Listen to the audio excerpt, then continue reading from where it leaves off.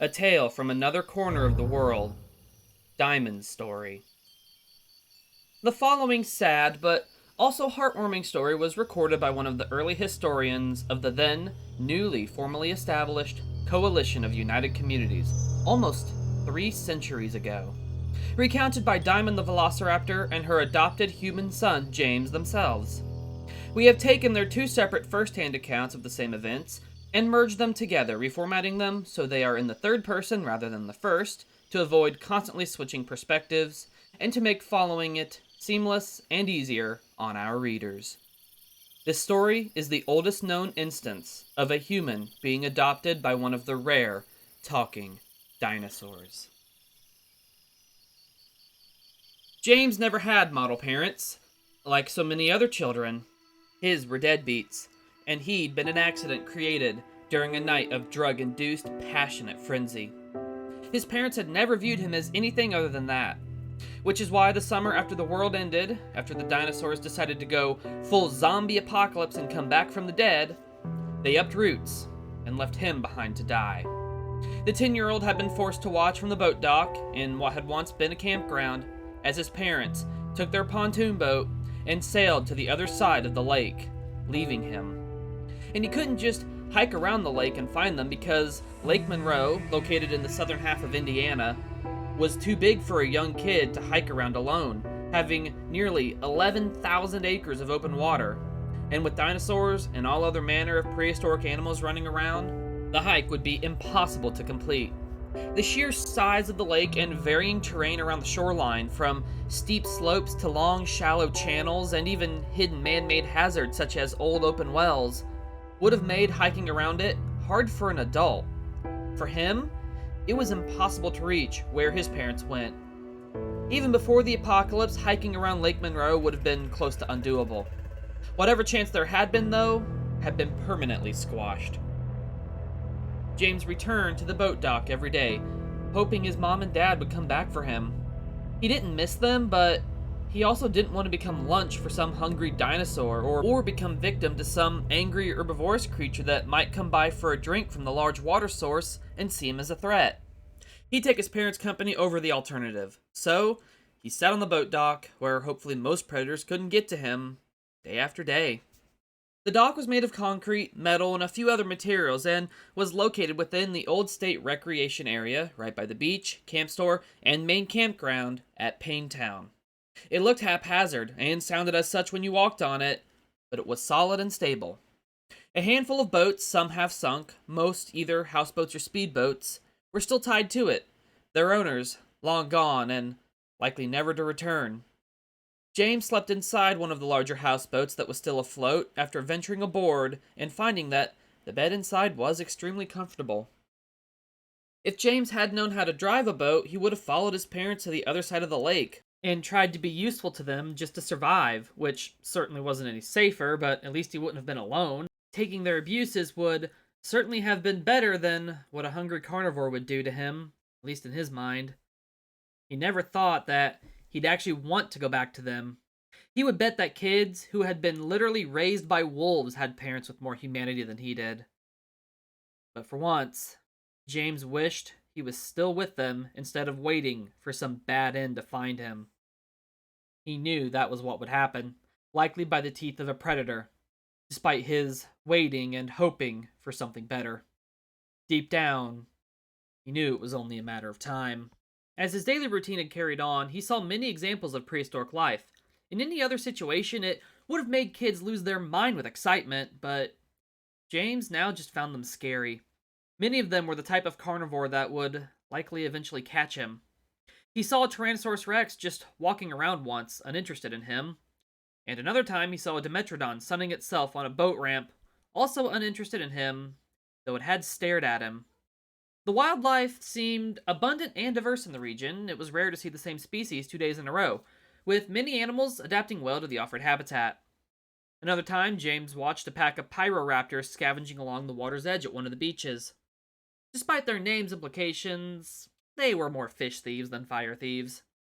Once, there had been a herd of triceratops that had come down to the water's edge for a drink. Not carnivorous, but possibly just as dangerous in their own way, and just as likely to end him as a tyrannosaur might be. There was also a single Compsognathus that nested in an old payphone stand near the main boat dock that hadn't had a phone in it for decades. The only individual James saw regularly. It was the only local dinosaur that didn't pose a threat to James. It just squawked at him almost daily. However, on the day he was eventually caught, James hadn't seen anything that would have hinted extinct animals again roamed the planet. The area had been devoid of animals all morning, so he sat at the end of the boat dock again, not letting his feet dangle in the water in case of some large prehistoric fish or other aquatic predator, and took in the unexpected serene morning. He found that it was a shame not being able to even dangle his feet in the water. Before the apocalypse, swimming in Lake Monroe had been his favorite way to pass the day, or exploring. That was something he greatly enjoyed. Once, he'd followed a large, rusty pipe that came out of the water and snaked off into the woods.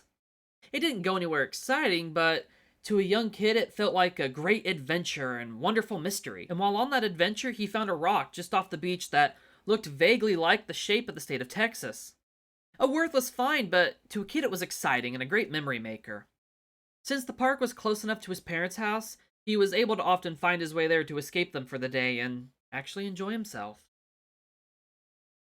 The tranquil morning was cool and clear, but if the summer weather so far had been an indicator, it would soon become hot and humid.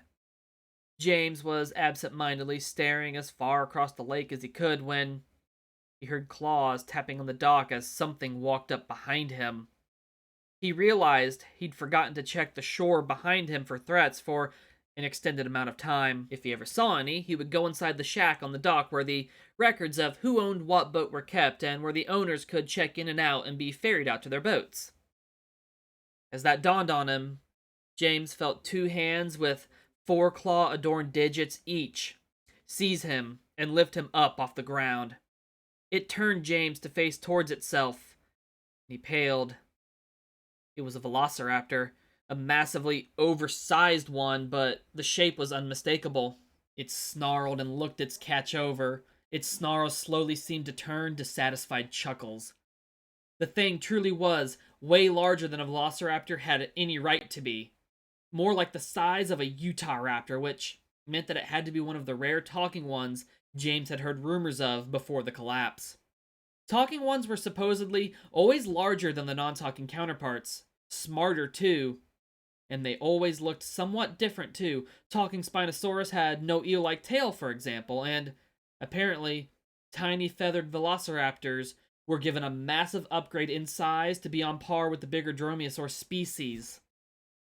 In addition, beyond simply being massively oversized, this velociraptor had no feathers at all, another major difference between it and a non-talking raptor of its species. James had heard that feathered talking dinosaurs did exist, but they seemed to be even rarer than the already rare featherless talking ones. Who knew what the explanation for that was? It just made the event which brought the dinosaurs back even stranger. The talking ones supposedly could be reasoned with. They were perhaps as smart as humans, some had said, but also still dinosaurs. And, as such, the carnivores saw nothing wrong with turning something as smart as them into prey if it was caught. Those instincts were not pushed aside, but still very much a part of them. That was just how life worked its cycle. Because of that, they were easily more dangerous than other dinosaurs, even other carnivorous ones. Their unique personalities determined how merciless they'd be. The raptor tightened its grip on James's arms and began to carry him off the dock and away from the shore, obviously not in the mood to be reasoned with. As the velociraptor carried its prize, it began letting out chittering, squawking barks that echoed across the lake, turning its head with bird-like jerks, no doubt alerting its packmates that lunch was about to be served. The dinosaur was holding James in a way that both restrained him and didn't slow its quick strides, with James's legs dangling so they brushed along the ground and so that his upper half was tucked against its belly. James certainly wasn't comfortable with that, given the fact that torn up bite-sized bits of his body would certainly be stewing away inside that very spot. Each time the boy struggled, the raptor tightened its grip and its claws pressed harder against James's skin, but the boy still tried to squirm free. The raptor came to a swampy bay where no boats were anchored and then snuck up through the trees on a path campers seemed to have made to get down to the water. James eventually gave his struggling up, clearly unable to escape the dinosaur. Even if he got loose, he knew he wouldn't get far, so he just let it carry him to wherever in resignation of the inevitable. When the dinosaur finally arrived at one of the old campsites the path ran straight into, it dropped him, and James just curled up on the ground like he would when his parents were angry with him, with his eyes squeezed shut as he heard more footsteps closing in on all sides.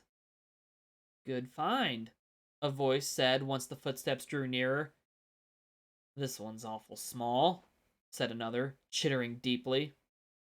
Then James felt warm breath on his face, then a snout nudged his hand aside, and then a tongue slid across the side of his head. Ooh, this human is tasty, though, the voice added. James whimpered and curled into a tighter protective ball as the pack of raptors began discussing how they should eat him. Those predatory instincts truly were still present in the talking ones, it seemed, as they had no qualms about what they planned to do next. I want one of the legs, said another new voice, a male one that was completely matter of fact as it spoke. The muscles are always tender there. James had never felt more terrified in his life, and the only thing he could do was wait for one of them to take the first bite and hope that they'd at least be decent enough to kill him outright instead of eating him while he was still alive, as he'd heard non-talking dromaeosaurs tended to do. Listening to them debate on how to go about eating him was the worst thing he'd ever been forced to endure, easily topping the abuses he'd taken from his parents over the years of what would end up being a short life. He's just a child, a new voice then said, unexpected, quiet, and without confidence, among the voices of its eager peers. It sounded feminine, and it was the first non-male voice James had heard. Its tone was one of protest and not eager anticipation, unlike the others. There was a slight shift in the atmosphere as the voice said it. It actually seemed a few of the raptors might have actually paused, as if only really realizing it themselves. Save one. So what? He's easy prey, the second voice James had heard said dismissively, sounding like it was bored of waiting for its pack mates to decide what parts they wanted. But he's just a boy, a child, the newest female voice said again. I don't want to hurt him. The second voice huffed deeply. Fine. I'll break his neck first so he doesn't feel anything. A heavy footstep came closer. True eyes, the second voice protested, but she was cut off. Enough, said a new voice, another female, ending all other discussion. As the alpha, I will say what we do with him. Her voice had a tone that demanded respect, likely why she was the alpha of the pack. Even from the short statement, James could hear the authority she held among the other raptors. The other raptors quieted down as their alpha strolled into their midst, having hung back to watch the situation play out. James heard her footsteps approaching him steadily, with purpose in their stride. They stopped next to him, then a clawed foot pushed him onto his back, out of his protective ball, and then stepped down on his chest. He still didn't open his eyes, even as he felt its killing sickle claw prick him right over his heart. He even squeezed his eyes shut tighter, not wanting to even see a glimpse of the dinosaurs that surrounded him. If I stabbed him here, he'd be dead in a minute, the alpha said, possibly inviting comment from the raptor who had rebuked the opinion of the rest. It wouldn't be the first intelligent creature. We must eat, even if it is sometimes regrettable who we must. Red, please, said the only other female voice James had heard. Tell me, Diamond, why do you think we shouldn't eat this human here? You've never protested before, for any creature, Red asked. If I stuck him with my claw now, it would be quick. Just like the others, he wouldn't suffer for more than a few seconds. He was caught by our fellow here fairly. You know as well as the rest of us that is simply the way the cycle of the world works.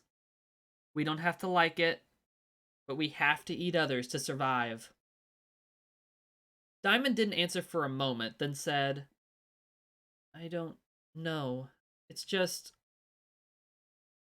not my instincts outside of the ones my carnivorous side are saying. I just feel like we shouldn't. Maybe because he's just a youngster. Maybe it's maybe it's the part of me still in grief speaking up.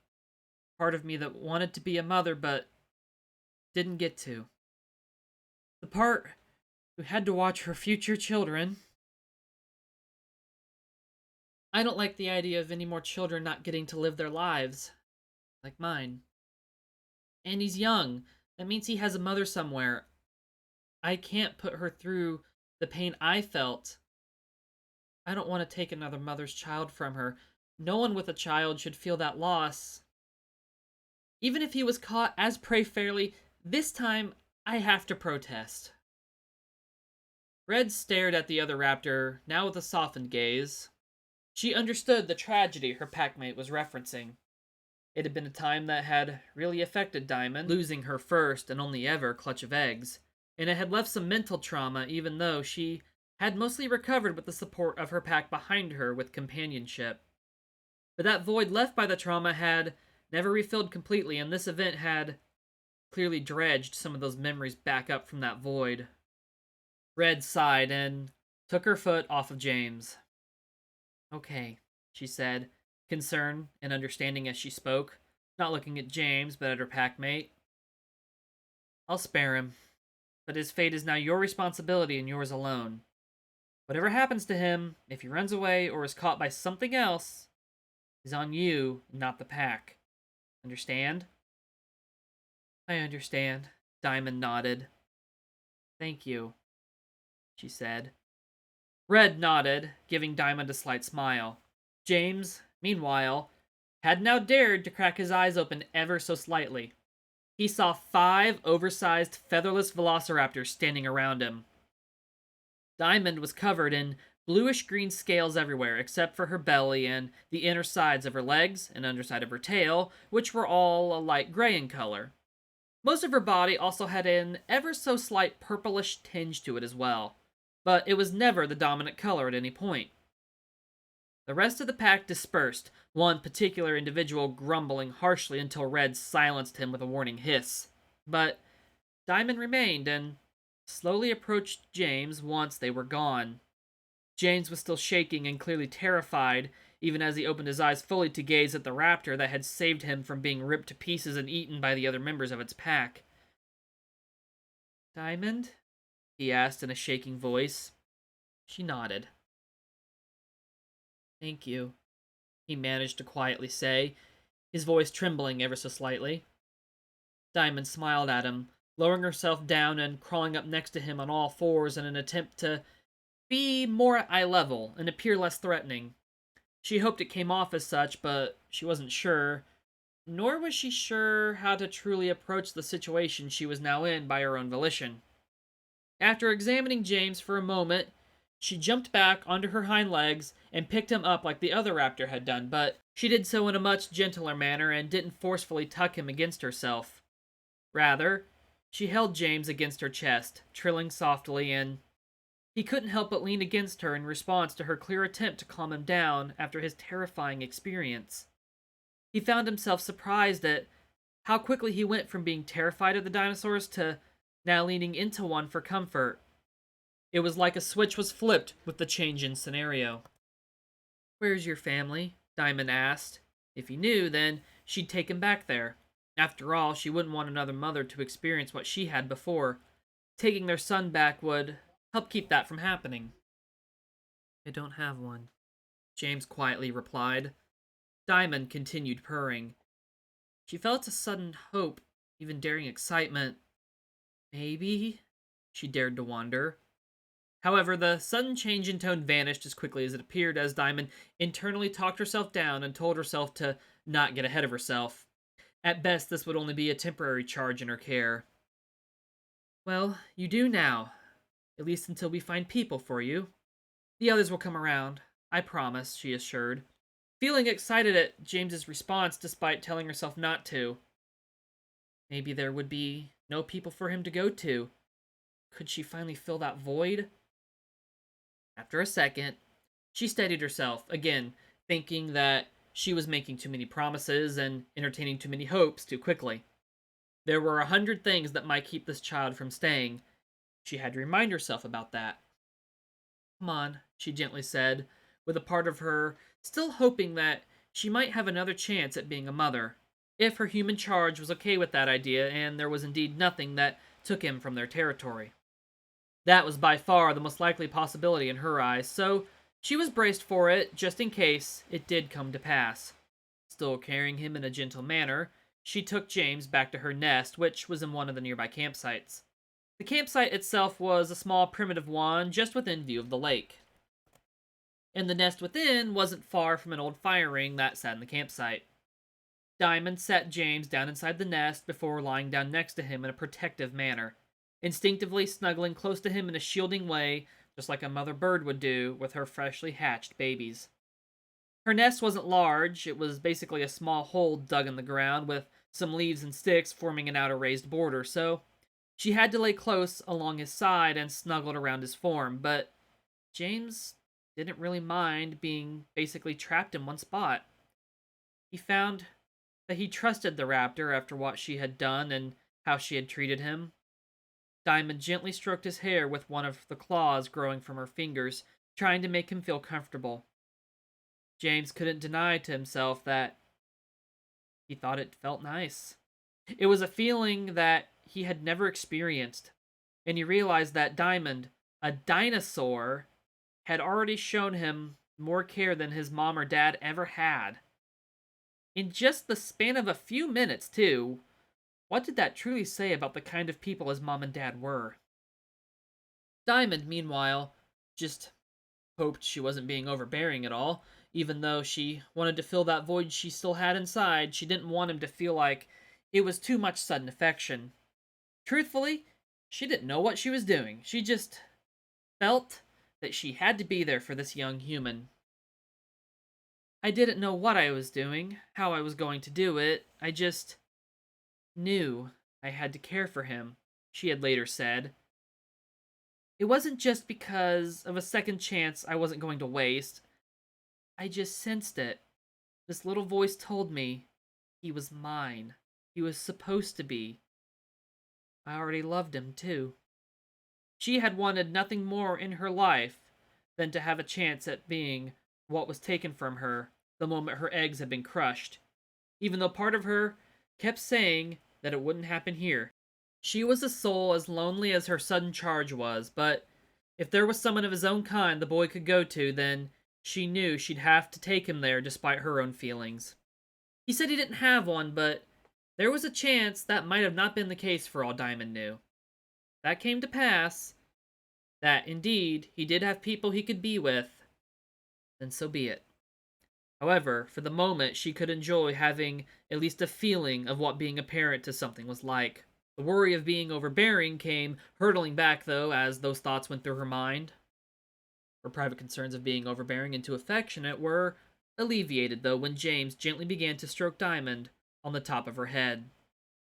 She trilled softly, a chittering sound emerging from deep in her throat, and her whole body relaxed.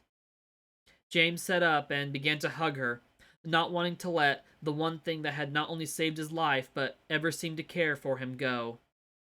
Diamond continued to chitter softly and just let him hug her for as long as he wanted, wanting to give her unexpected charge all the love she could, now that she had something to care for. Maybe the moment would not be fleeting after all. The weeks went on, and summer was slowly passing. By signs, it had turned to late July. Diamond had long since showed James the now abandoned camp store, which he had never thought to look inside of before.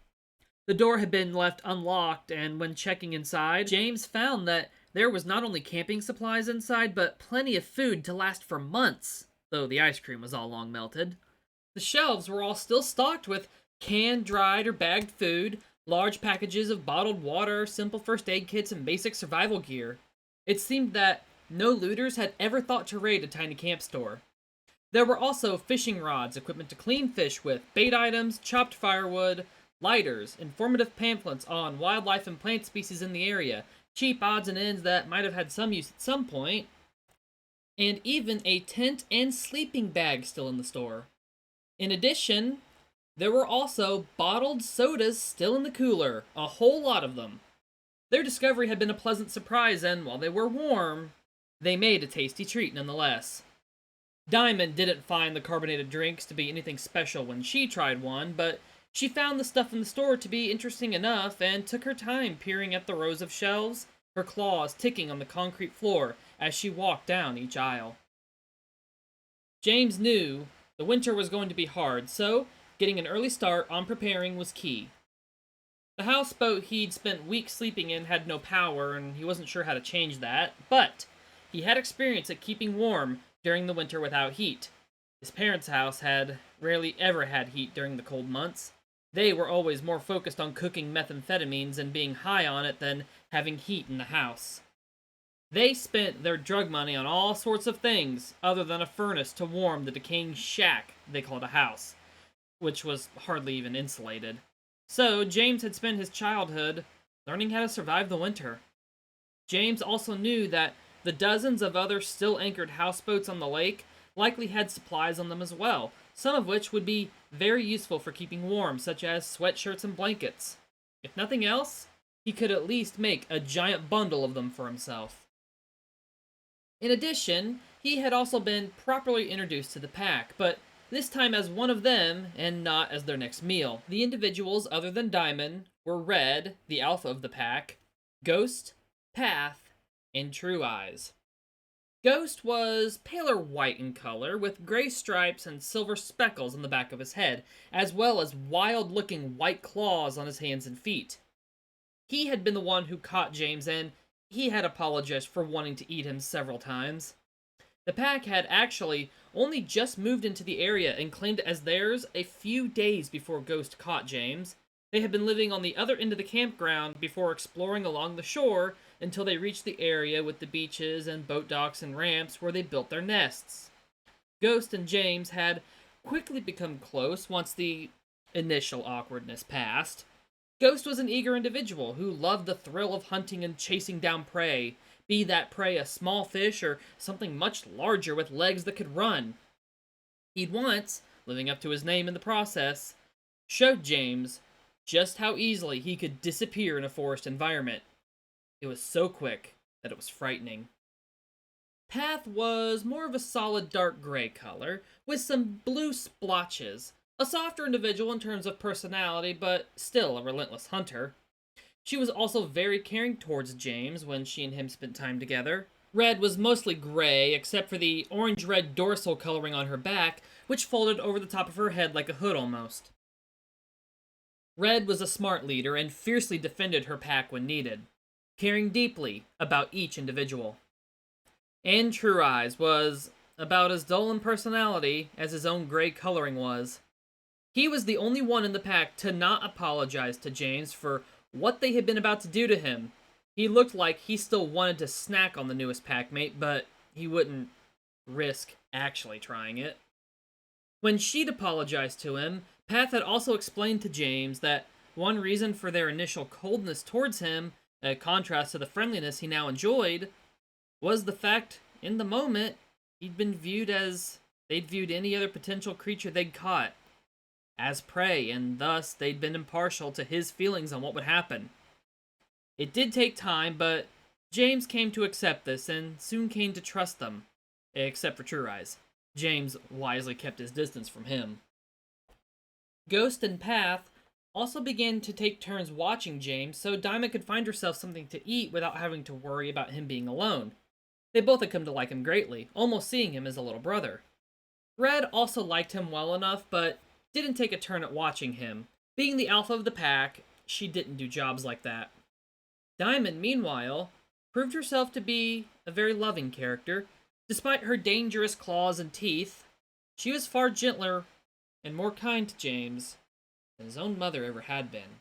Diamond was clearly enjoying her motherly role as well, with a sparkle steadily growing in her eyes and confidence slowly replacing the fragile state she'd met James in, going above and beyond for anything her unofficially adopted child needed. And as the weeks, then months, went on, the idea of something coming and taking James away became even more distant in her mind. With that, the void within her was also all but filled again. James had gotten the privilege of watching the pack hunt several times.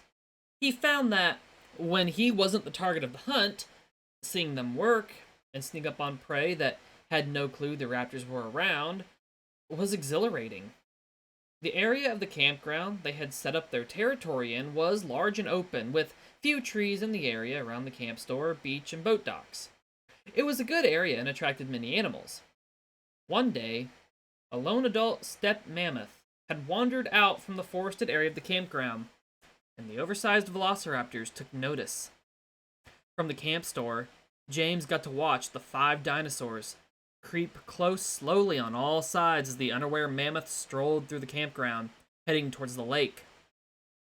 When suddenly Diamond and Red leapt in from either side and latched onto the mammoth's side, tearing into its leg muscles. It bellowed and stamped, but couldn't shake the raptors off as 2 more, Ghost and True Eyes, leapt up from in front of it as it was still mid-stamp and latched onto its neck.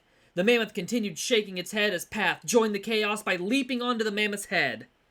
After a few further minutes of vicious slashing claws, the mammoth collapsed, and the raptors finished it off.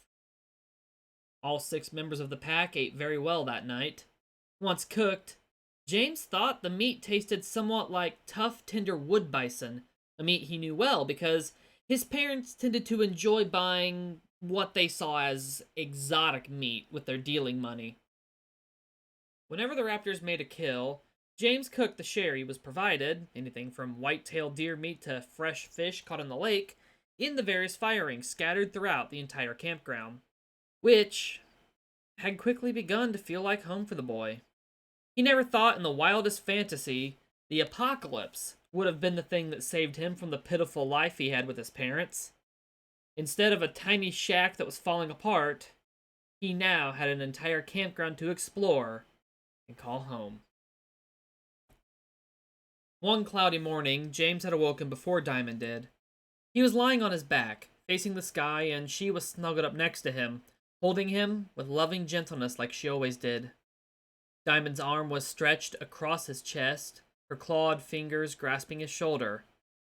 Like she was afraid she'd wake up and he'd be gone, only part of a dream she'd been having. James understood why Diamond liked keeping him so close. He'd been told how she lost her clutch of eggs, of the near debilitating trauma that followed, and he knew that she didn't want to risk it happening again. He might have been young, but James was old enough to know that there was still lingering trauma there that manifested in Diamond's constant protective hold on him. So he didn't mind it one bit. After all, she'd saved him and was giving him a chance to actually have a happy life, so however she went about doing it was okay with him.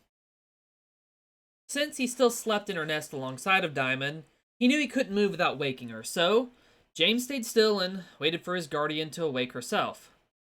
Her hand rested on his chest, and he could feel the claws at the ends of her fingers resting against his skin, lightly pricking at him through his shirt.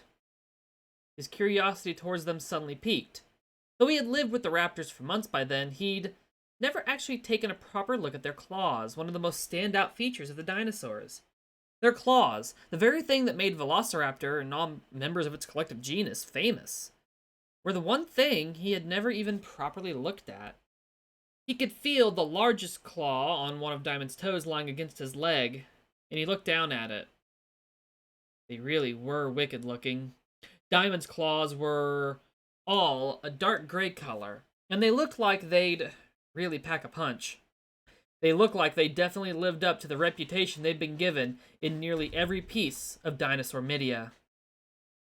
Impressive, aren't they? Diamond asked. James hadn't noticed she had woke up, and he realized he must have disturbed her when he sat up to look at the claw that was against his leg. Morning, she added with a yawn, shaking her head and smacking her jaws lightly. Her tone sounded somewhat amused when she spoke. Did I wake you up? James asked. Sorry if I did. No, you didn't, Diamond replied. I've only been lightly dozing since the sun came up. If you want to look at them, you can. It's natural to be curious, and it's not like they're a secret.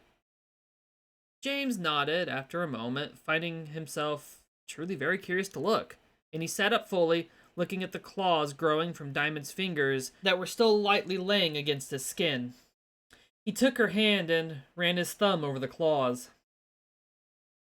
I noticed that in the movies I used to watch secretly in the middle of the night, that they'd always focus on those ones when a raptor showed up, he said, when his gaze had drifted down to the large sickle claws on each middle toe. But actually seeing them, they're really cool. I used to have a velociraptor plushie toy. I always liked the big claws on the inner toes. They looked like they could protect, well, me. Only my plushie had been the real thing. He stopped talking for several seconds, until he realized he was staring and shook himself. Sorry, I didn't mean to stare, he murmured. Diamond was right. He couldn't help being curious. Getting to see the deadly parts of killer dinosaurs up close without risk was a rare opportunity, but touching them really did make him feel small, and it had drug up some hard memories as well. He was even more grateful now that he was getting a good look at them, that they had not been used on him. Diamond chuckled. I don't think the deer I sunk them into yesterday would agree that they're so cool, she said, standing up and stretching. Are you hungry? She asked, wanting to get the topic off her precious human's painful past. Yeah, I could eat, James replied, looking grateful that Diamond hadn't pressed the issue. I just need to build a fire first, he added, hoping the embers from the night before would still be warm enough to make that job easy. Diamond nodded. I can catch you something while you do that. What would you like? Fish, turtle, squirrel, duck? Diamond asked, naming off a mix of various things she enjoyed. Before James could answer, he felt something land on his head. A drop of water. He looked up and felt one land in his eye. Aw, man, he groaned. A raincoat had been the one thing the camp store didn't seem to have. He'd had yet to find one, and he was not overly fond of getting wet. Not to mention, now a fire to cook breakfast on definitely wasn't going to happen. Diamond looked up at the sky. She chittered softly. She didn't mind the rain, but knew James did, and that he was a little bit less tolerant of the elements than she was. You might want to go inside. Where's that boat you said you were sleeping in? On the furthest dock from here, James replied, looking a little miserable at having to go all the way there. Diamond paused, licked her lips. Then she chittered again and spoke. I have an idea. Come down with me to the dock where Ghost found you. It's much closer than anything else. After arriving, the rain was still light but becoming heavier. Diamond stopped at the edge of the dock and pointed out a specific pontoon boat that had settled just about 6 feet away from the dock. It was sunk at the bow end, but the stern was still completely above water, at more or less an even level due to the shallow water. It had a roof over the half that wasn't sunk. Will that work? Diamond asked. If not, we can run up the hill to the camp store, she added, suddenly pulling back and seeming to lose some confidence in her choice. The boat will be fine, James replied, assuring her quickly. It's just a shower. There's no wind blowing the rain. Diamond nodded and crouched, motioning him to climb onto her back. James climbed up as instructed, and with a powerful leap, Diamond jumped over the water and to the boat, which one could stand on easily due to its even level. She landed on both feet with a heavy thud that shook the body of the wrecked boat, and James jumped off, getting under the roof with Diamond just behind as it began to rain harder. Thank you, James said, listening to the increasing patter of rain on the metal roof as they sat down behind the boat operator's seat to wait the rain shower out. Anything for you, Diamond replied, nuzzling her human child with warmth and tenderness. James smiled and hugged her tightly, causing Diamond to purr. You seem really happy, James said. Diamond smiled at him. Believe me, I am. I always wanted to be a mother, as you know, and it almost didn't happen either. Taking you in was a golden chance for me, even though at the time I thought it might have just been for that day only. And I just hope you've been happy with us. James smiled and began gently rubbing Diamond's nose as she curled around him, keeping him warm as the temperature began to drop from the weather. I have been. You're the kind of parent I always wanted. One that actually loves me, James said, still stroking her head. More like the kinds of moms some other kids I knew had. Ones who cared for them. And you're not even human. Diamond nudged him affectionately at the comment. Hey, Diamond, James said. Yes, she asked. I just want you to know that, well, beyond being what I wanted for a parent, you've been the best thing I've ever had in my entire life. Is it okay if I start calling you my mom? James replied, nervous about asking. He'd been hesitant to do so, much less ask sooner. Not because he considered his birth mother his mom, though. He'd only called his biological mother Mom one time, and he had gotten smacked for it. However, Diamond, dinosaur or not, had already shown James more love and care than that woman ever had. It was a true testament to which one was truly more human, when the resurrected animal with killing claws that just happened to have the rare anomaly of a powerful brain very similar to a human one showed more love and humanity than an actual human did. Nonetheless, he'd been so scared about how she might react despite the role in his life she had taken up that he just couldn't make himself brave enough to say the word until then. But as he saw her reaction, James felt instant relief and knew that he had made Diamond the happiest dinosaur on the planet. I'd love that, Diamond eagerly answered, and James grinned. I love you, my sweet son, Diamond said, almost not daring to say the words that she'd felt would be forever denied to her, as James lay down and rested against her side. Diamond purred once more as he did, holding her treasure close with her claws and not letting go. They both got what they wanted in the end. James truly had a parent, and Diamond the velociraptor finally had a child to care for. The void was filled. It didn't matter if one was human and one was a dinosaur. A tight hug from each still sealed the deal, nonetheless. James was still hugging her when Diamond lifted her head and snatched something from the water. Grinning like a dinosaur could, she held a wriggling small-mouthed bass out. Breakfast? She asked through clenched teeth. James laughed. I'll wait until the rain's over. Raw fish doesn't sound too appetizing to me. Diamond nodded, and with a few snaps of her jaws, the fish had vanished down her gullet. Suit yourself, but I was getting hungry too. You can eat all the fish you want. There's a whole lake full, James said. Diamond actually giggled at the comment and lightly poked her son on the nose with one of her finger claws. With how much you eat, that might not be enough. Hey, James protested, but Diamond just laughed and nuzzled him again. She loved having a child more than anything else, and she showed that affection in that moment by giving James a giant, loving lick right across his face. Mom, James said, wiping the saliva off. He'd still been hesitant for just a moment to actually say it, but he shoved his fear aside, and with it, he shoved everything his parents had done to the side and let it sink to the bottom of the lake. As he did, the word came out and felt natural. Diamond shrugged at his protest. Just showing you in my own way that I love you, she said. And if you don't approve, you best hope I never have to give you a bath that way. Don't worry, I'll wash in the lake, James assured.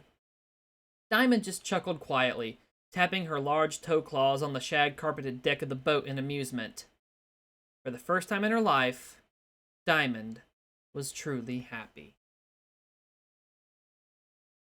Eventually, a group of people from an established settlement in a nearby state rec area would come to the campground at Paintown to establish another community there, next to the largest lake in the state. There was already access at their own settlement, but it only had access to the other side. Paintown would allow easier access to resources available on the northmost side of the lake, and the campground made for a convenient living space for people. The layout of the campground already made giving people a plot, in this case a campsite, to call their own, very convenient. The large number of boats still docked in Paintown, waterfowl and other water wildlife the area provided, as well as access to the plentiful resources the nearby state and national forests that bordered the shoreline could offer, provided the settlers with plenty of opportunity. Without idle zone laws being enforced, the Deem Wilderness was less than a 10-minute boat ride from Paintown's ramp, an area that had been one of the survivors' greatest interests for resources. There was plenty of shoreline to pull boats up on for access, and the hiking trails and old roadbeds that ran through it would make moving in and out easy. At first, the Raptor Pack did not take kindly to the intruders in their territory, but eventually both sides negotiated boundaries and came together. Red would never admit it, but it was partially on James's behalf that she allowed more humans to settle in the area as long as they agreed to her and her pack's terms for living side by side. The one big rule was that the humans would not overhunt or overfish the area. The new arrivals agreed with the Alpha Raptor and a community that would one day be part of the already building fledgling statewide network of communities, and eventually the coalition of united communities, was established. They were one of the earliest known examples, alongside the United Communities of Ohio, of humans and the talking dinosaurs coming together and living side by side. The raptors and humans helped each other, and some of the raptors even went on some of the explorations to the wilderness with the human explorers. From this community, this story was later recorded.